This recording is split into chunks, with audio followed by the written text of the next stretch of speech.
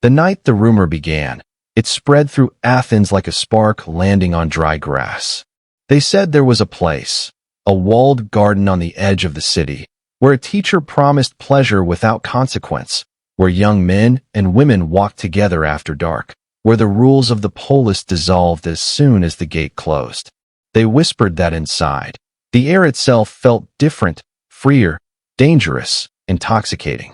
And at the center of it all was Epicurus, the philosopher so feared that even his name made priests tighten their robes.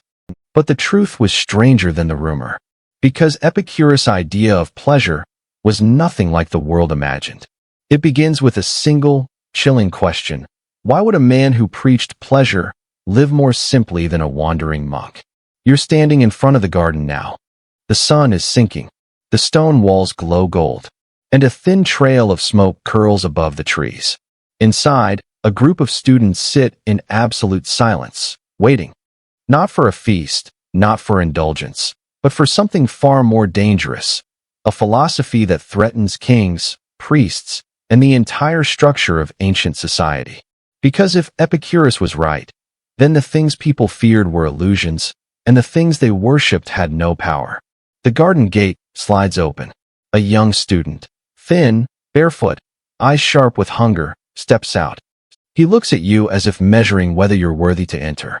Are you here for pleasure? He asks. His tone is unsettling. Not seductive, not playful, but serious, like a doctor diagnosing a wound.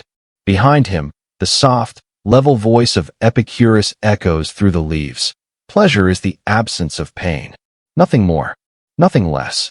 It's the first crack in a world built on fear, sacrifice, and suffering. And it's the first thing his enemies will try to bury. To understand why his teachings caused outrage, you need to understand the world outside these walls. Athens was still recovering from war, famine, and political chaos. Life was harsh. Fear was useful. Pain was expected. And those in power relied on it to keep the city obedient. But here, inside these walls, Epicurus taught something radically different, that humans were not born to suffer, that the gods were not watching, and that the universe was made of atoms, not divine punishments. His students wrote later that the first time someone heard these teachings, it felt like the floor shifting beneath their feet. Pleasure, he explained, wasn't indulgence, it was clarity. It was freedom from fear, especially fear of the gods. And that alone made him dangerous. One evening, just before sunset, a new student named Leontian arrived, sharp-tongued, brilliant, fearless. A woman who should never have been allowed to debate philosophy with men. Epicurus welcomed her like an equal. The city reacted with outrage. Within days, accusations spread. The garden was a place of sin, a cult of decadence, a threat to morality. But no one inside the walls lived like that. You look again at the garden. There are no rich meals, no golden cups, no revelry. Only bread, olives, water, and quiet conversation. Then why did the world lie? Why did they twist his teachings beyond recognition? Because a simple idea, that happiness is possible without pain, fear, or obedience to authority, was too dangerous to let live. As night falls, Epicurus stands under a fig tree. He is older now, thin from years of illness, but his eyes burn with something unbroken. He tells his students, "If you would make a man happy, do not add to his possessions. Take away his fears." A young follower asks, "But will the city allow this?" Epicurus only smiles, sadly. Outside the garden walls, priests are already planning how to destroy his reputation, erase his message, and rewrite pleasure into sin. Because truth is easy to silence. But a myth can last 2,000 years. You hear a rustle behind the trees. Someone is watching the garden from the shadows. A spy? A priest? A political enemy? Whoever they are about to twist the legacy of Epicurus into something he never taught. Something the world still believes today. And it begins tonight. The watcher in the trees waits until the final lamp in the garden flickers out. He presses closer, careful not to snap a branch. His cloak blends into the darkness, but his purpose burns bright. Collect proof that Epicurus is spreading godless corruption, or create it if none exists. His name is Timocrates, once a friend of Epicurus, now his most venomous enemy. He whispers into the night, "If truth won't destroy him, rumor will." Inside the garden, the evening discussion continues. The air is still warm, thick with the smell of figs and oil lamps.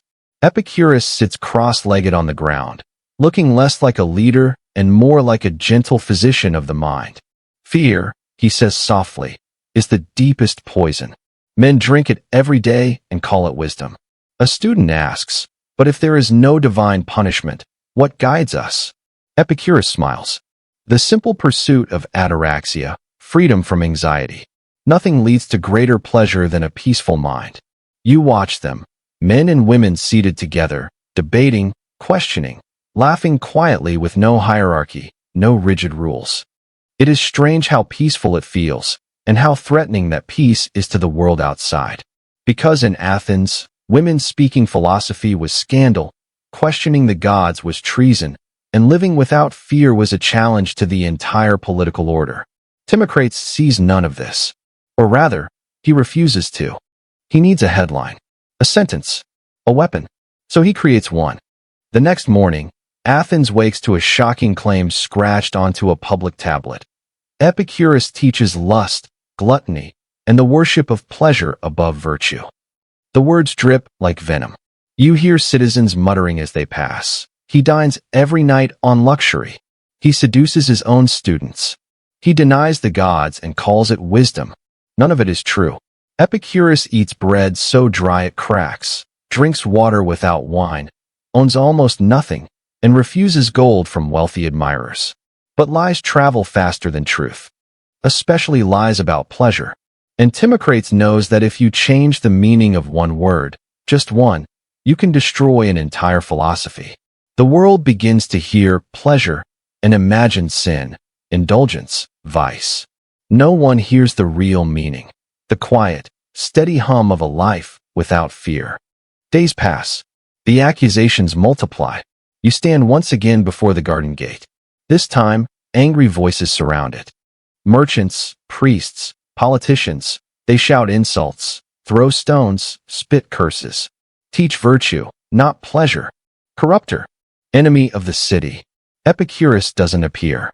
He remains inside, weak from chronic illness, yet steady in spirit. A young student, Metrodorus, steps forward instead. He tries to speak, but the crowd drowns him out. Not with reason, but with fear. An old priest raises a wooden charm. If his words spread, the gods will abandon us. Our crops will die. Our children will fall sick. It doesn't matter that Epicurus teaches the gods don't punish. Fear is louder than truth. You feel the pressure building around the walls. The garden is becoming a trap. That night, long after the shouting ends, Epicurus gathers a small group of his closest students. The lamps cast a soft glow over their worried faces. "We are being hunted," one whispers. Epicurus nods gently, but without panic. Truth invites enemies. Always. Leontian leans forward. "But what do we do? Confront the priests? Publish a defense? Expose Timocrates?" Epicurus shakes his head. "If we fight with anger," he says, "we become what they accuse us of." Then his expression changes, quiet, intense. "There is something I have not shared publicly," he admits. "A teaching deeper than simple pleasure. A truth Athens is not prepared to hear." Everyone leans in. And for the first time, Epicurus explains the hidden foundation of his philosophy, something he normally guards carefully. That fear is engineered, that suffering is political, and that those in power depend on people believing pain is necessary. A silent gasp fills the air. Because if this is true, if suffering is not sacred but strategic, then half of Athens' laws fall apart. No wonder they want him silenced. Just before midnight, footsteps echo outside the walls. Slow, deliberate, too many to count. The students freeze. Leontian grips the edge of her cloak. Metrodorus reaches for a lantern. Epicurus closes his eyes as if expecting this moment. Timocrates' voice slices through the dark. By order of the council, the garden is under investigation. You look at Epicurus. His face remains calm, but his hands tremble. This is not a debate. This is an attack. And the greatest distortion of his teachings, the lie that will twist his legacy for millennia, is about to be born from this moment. The moon hangs low above the garden as the city's guards push through the gate. Their torches spit sparks across the gravel path, illuminating startled faces, overturned stools, and scrolls hastily gathered in trembling hands. Epicurus does not stand to meet them. Instead, he remains seated beneath the fig tree, legs crossed, hands folded calmly, like a man waiting for a storm he predicted years ago. Timocrates steps forward, face lit by fire, his shadow long against the wall. Epicurus of Samos, he announces, you are accused of corrupting youth with false teachings, disrespecting the gods, and promoting a life of uncontrolled pleasure. A hush follows. Students exchange frightened glances. No one speaks. Epicurus lifts his gaze. His voice, when it comes, is barely above a whisper. Uncontrolled pleasure? Look around you. The guards do. They see no banquet tables, no dancers, no wine-soaked revelry. Only clay cups, olive pits, baskets of bread, and a quiet that feels almost sacred. Timocrates feels the moment slipping from his control. So he strikes again. Your teachings weaken the city. They make men soft. They deny the gods.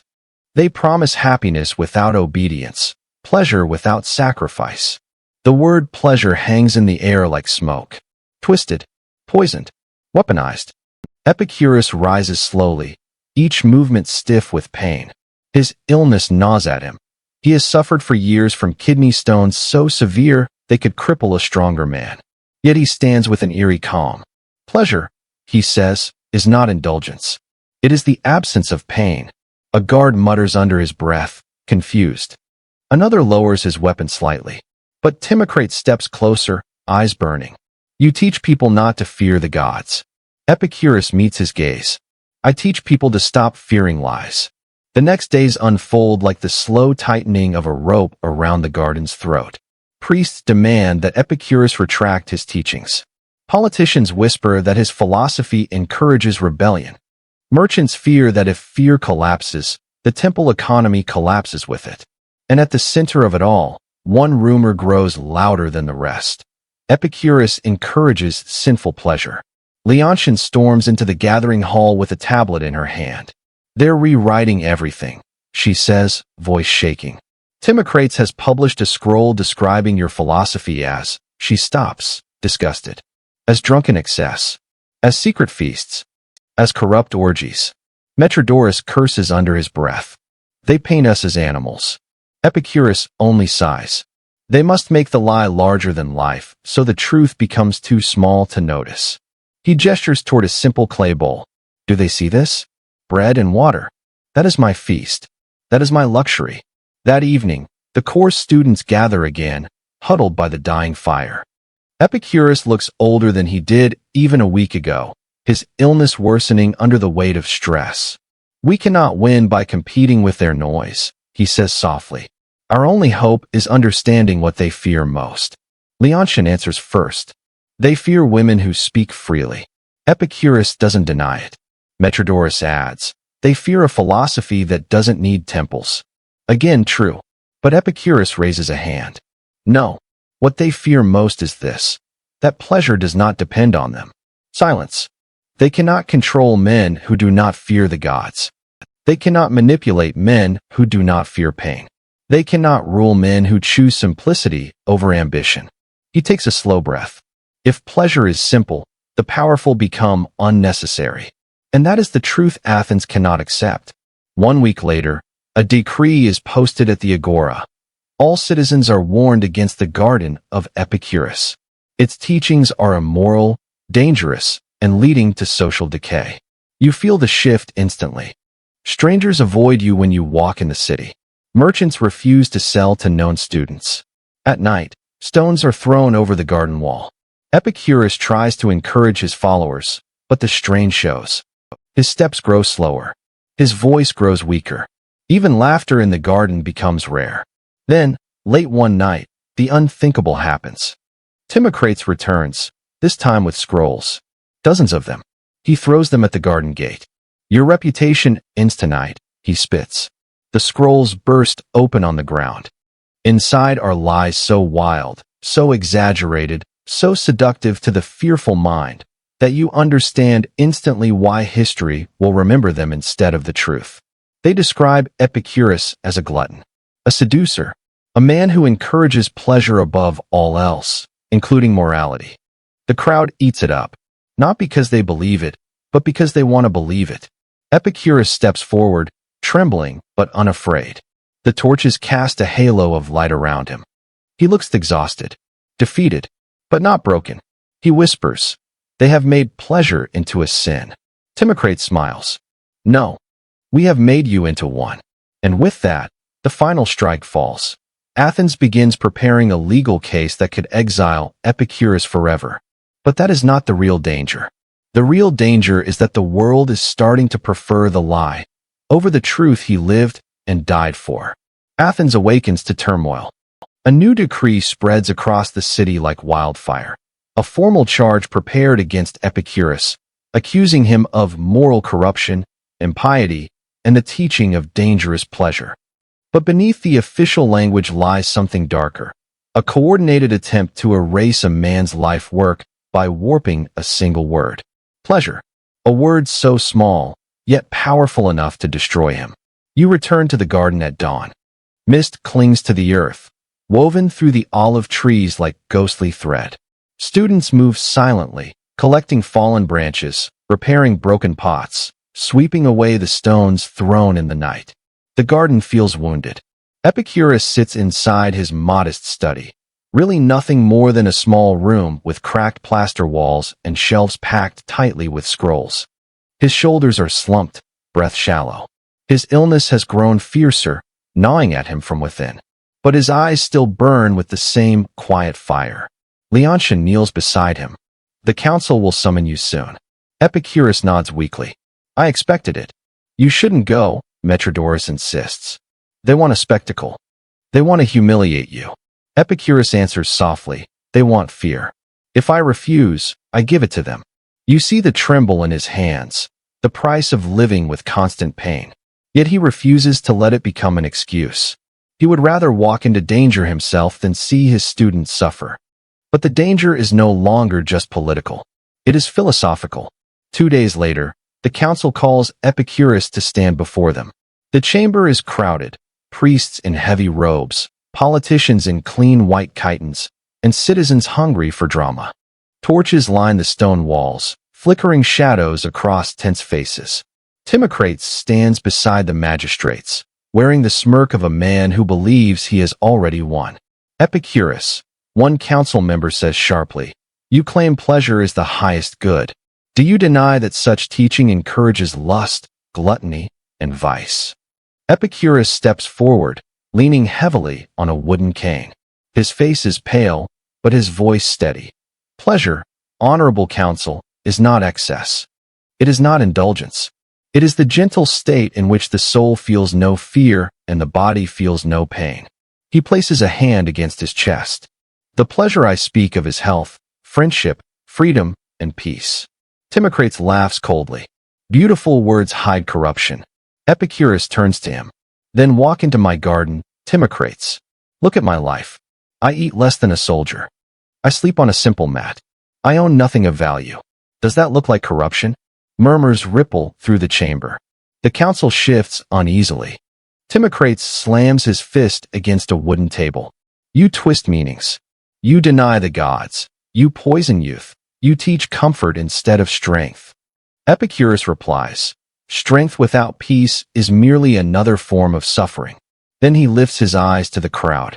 "The greatest evil is unnecessary pain, and those who profit from fear will always paint pleasure as sin." A heavy silence follows. The council confers quietly. Whispers rise like buzzing insects. But you can already feel the verdict forming, not from truth, but from fear. Epicurus is not exiled. Athens chooses a punishment far more cruel: social death. He is declared morally suspect, forbidden from teaching publicly, and barred from speaking in the agora. The garden is not closed, but every citizen is warned to avoid it. It becomes a ghostly refuge, visited only by the bravest. Epicurus returns home exhausted, collapsing onto his mat. His breathing cracks like breaking pottery. Leontian rushes to cool his forehead. Metrodorus squeezes his trembling hand. And in a quiet voice, Epicurus murmurs, "They have changed the meaning of pleasure. The lie will outlive me." You feel the weight of that prophecy sink into the earth. Late that night, as the garden sleeps, Epicurus summons his closest students. His voice is faint, fragile. "There is one scroll," he whispers, "that they must never twist. One teaching they cannot use against us." He pulls a wicker box from beneath his bed. Inside lies a single papyrus, aged, delicate, sealed with dark wax. Leontian gasps, "You said you destroyed it." Epicurus smiles faintly. "I said I destroyed the copies." Metrodorus asks hesitantly, "What is it?" Epicurus answers, "A map of the mind. A guide to achieving ataraxia even in a world ruled by fear." He places the scroll into Leontian's hands. "But it must not be revealed while the city hunts for excuses. They will twist it, weaponize it, corrupt it as they did with pleasure." You lean in closer. "What does it say?" someone whispers. Epicurus closes his eyes. "That the greatest pleasure of all is inner freedom. The freedom no ruler can grant, and none can take away." A chill spreads through the room. Because this teaching, this hidden scroll, is the very thing Athens fears most. A philosophy that makes ordinary people untouchable, uncontrollable, unafraid. The next morning, Timocrates strikes one last time.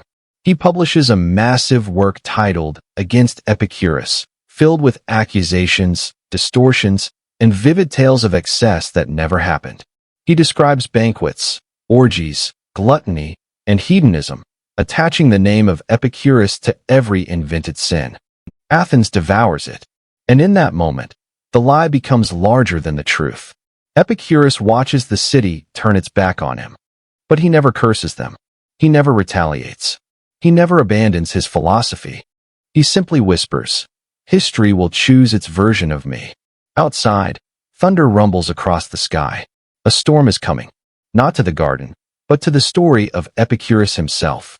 Because the greatest twist of all is about to unfold. The storm breaks over Athens the night Epicurus collapses. Rain lashes the garden walls in silver streaks. Thunder rolls like a warning from the heavens, though Epicurus himself would have smiled at the irony. The gods, he taught, do not threaten. They do not punish. They do not interfere. But sickness does. Pain does. And tonight, both have come for him. You enter his small room quietly. Oil lamps flicker at the edges, their weak flames trembling with every gust that squeezes through the cracked window shutters. Epicurus lies curled on his mat, body shaking, lips pale. The pain of kidney stones, the agony he has endured for years, has reached its final, merciless peak. Leontian kneels beside him. Metrodorus sits at his feet, tears falling silently. Other students gather in the doorway, their faces wet from the rain. Epicurus forces a faint smile. "Do not fear," he whispers. "Even now, even in this pain, I remember the pleasures of the mind. It is not bravado. It is conviction. The very philosophy they mocked, pleasure as the absence of fear, pleasure as inner peace, is the shield he clings to in his last breaths." Leontian clasps his trembling hand. "You must rest," she says. Epicurus shakes his head weakly. "No, there is something you must hear. My final truth." The room gathers close. His voice is thin, cracking, but steady. "They say I worship pleasure," he whispers. "But pleasure is not a god. It is not sin. It is simply the natural state of a soul at peace." He pauses to breathe. "The powerful teach you to fear. Fear of gods, fear of death, fear of hunger, fear of disobedience. But fear is a chain, and they hold the key." Leontian wipes her eyes. Epicurus continues, "Pleasure is simply the breaking of that chain. A quiet mind, a gentle life, a heart untroubled." He grips her hand with surprising strength. "That is why they hate me. Not because I seek pleasure, but because I redefine it." Outside, lightning splits the sky. Metrodorus leans forward. "Master, your teachings will survive." Epicurus smiles, faint, fragile, but real. "Oh, they will survive. But not as truth, not at first. His eyes flutter open, a final spark of clarity igniting within them. They will call us hedonists. They will say we loved indulgence. They will accuse us of sin we never knew. He takes a slow, painful breath. But the wise, the quiet, the thoughtful, they will find the real meaning. And they will rebuild the truth. His head sinks back onto the pillow. The rain slows. The garden falls silent. And with one final whisper, almost a sigh, Epicurus dies. The next morning, the students gather in grief. They wrap his body in simple linen, as he requested, with no lavish rites, no chants, no symbols of divine favor, just quiet gratitude. But outside the garden, Timocrates lies spread triumphantly. His scroll, Against Epicurus, becomes the version of Epicureanism the world prefers, a world hungry for scandal, not simplicity. Priests declare Epicurus the patron of sin. Philosophers portray him as a corrupter. Writers paint feasts he never ate, indulgences he never touched. The lie becomes the legend, and the truth sinks into silence. 2 days after the funeral, Leontian enters Epicurus' study, now dim and dust-filled. The hidden scroll he entrusted to her still lies wrapped beneath her cloak. She unseals it carefully. Inside is not a doctrine of pleasure, not instructions for indulgence, not the secret depravity his enemies dreamed of. It is a guide to freedom, a map of the mind showing how fear is manufactured, how suffering is taught, how power relies on pain. Epicurus died for this. Not for bread, not for women, not for feasts, but for the radical idea that happiness is possible without chains. Leontian looks up from the scroll. Rainwater still drips from the garden eaves. Students move like shadows among the olive trees. And outside the walls, the world continues to misunderstand. She whispers, one day they will know. Centuries later, when Rome rises into power, the lie remains. Christian writers condemn Epicureanism as sinful. Moralists twist pleasure into decadence. Teachers warn students never to read Epicurus' works. And yet, hidden monasteries preserve fragments of his writings. Renaissance thinkers rediscover his ideas. And modern philosophy reawakens to the truth. Epicurus was never the prophet of indulgence. He was the defender of peace, the guardian of simplicity, the protector of inner freedom. A man who dared to say, pain is not noble. Fear is not sacred. Happiness is not a crime. As you leave the garden for the last time, a quiet thought lingers in the air. A question Epicurus wanted the world to ask. If pleasure is not sin, then who taught us to fear it? And why did they need us afraid? The answer echoes softly through the olive trees, through centuries of misunderstanding, through the very walls of the garden, because a free mind is the one thing no ruler can control.